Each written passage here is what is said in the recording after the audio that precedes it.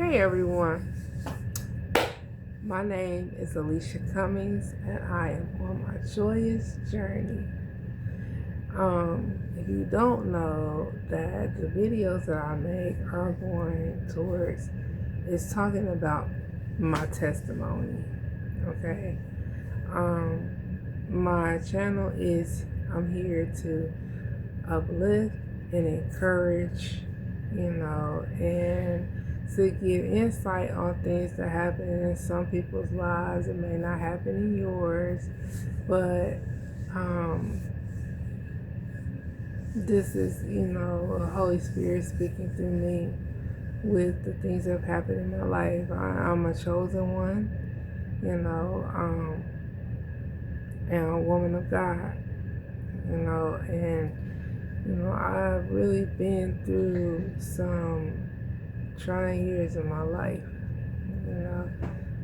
in the past and still in the present. I'll go through so much spiritual warfare. God trying to show me things, that I would have never thought would happen to me.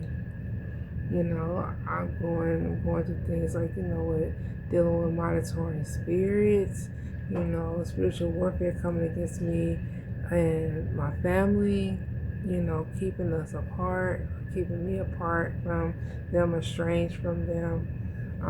At times, sometimes I feel like I don't have a voice for myself when it comes to, look, I just say it's very serious and very real that, you really don't gain or continue to get respect from your loved ones. Not many of them. You don't get love and respect from your loved ones. Why you, especially when you're in your hometown? People seem to be extremely disrespectful. Maybe because you may be elevating, maybe because they want you to be back the same as the old person that you used to be. And it's not something that just changed overnight. This was a gradual change. This is what I wanted. I wanted to do better. And then I see myself being stagnated or just stagnant, because of the things that I have to go through in my home. I live in an apartment building, and just how evil people can be and attack me, not physically, they do things in a way that they're noticed by me. Now, I can't say that I didn't want to, I ain't gonna say nothing like that because I don't know how YouTube would accept that. I don't think it'll be accepted. It just gets to the point where my back is against the wall and I'm at limited of what I can say and what I can do, and I'm just simply trying to call me crazy. But I really ain't worried about what no one says, about me. All I know is that it has consumed me for a very long time. And each day it seemed like for a while it got worse. And I felt like I couldn't go to sleep because it's irritating the heck out of me. And, by one person who wants the worst for me, just because I'm doing better. Not better than him. I'm not saying that. But I'm, as a whole, as a one person, one woman, is doing better. Don't get me wrong. I got areas I need to do. I need to get, situated getting certain parts of my apartment clean and, making sure that I'm, have, food and things like that, and make sure everything's keep going. Because once you start getting into this going back and forth, or maybe even seeming like you're going back and forth with yourself because they're not hey. So you start to kind of slack off a little bit at times. And sometimes it seems like it's a lot. And being that I'm perimenopausal, and I have sometimes kind of like a brain fog sometimes, you know. I'm like, what did I go in this room for? I was going to the room and I go in this room for it. Turn around and then turn right back around and go back because I remember what it was.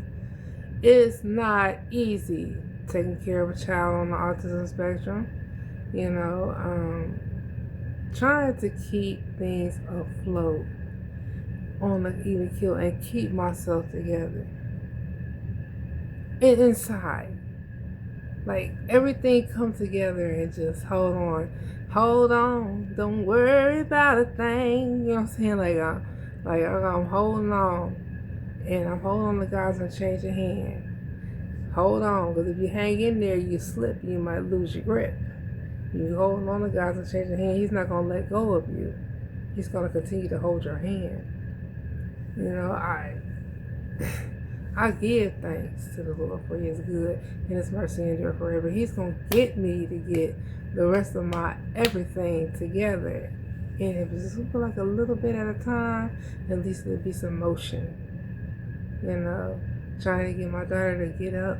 We're going to get out. We're going to go walk. We're going to get up, probably go somewhere where she would like to go, you know, over here where I live. You know, it's a long way to that place.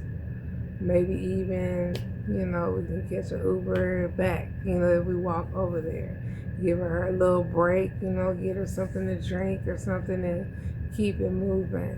And another thing is like getting her to help me out around the apartment, you know, just to get her motivated for change, get her motivated to do something in the house and let have her mom do everything.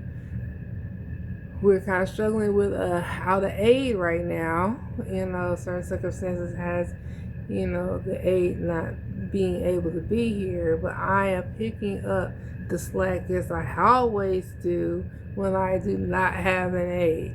And yes, it is stressful. My daughter's on the autism spectrum. She has ADHD. She has attachment disorder. She's nonverbal, you know, and there's something else I made. You have a developmental delay, like maybe behind 3 to 4 years behind.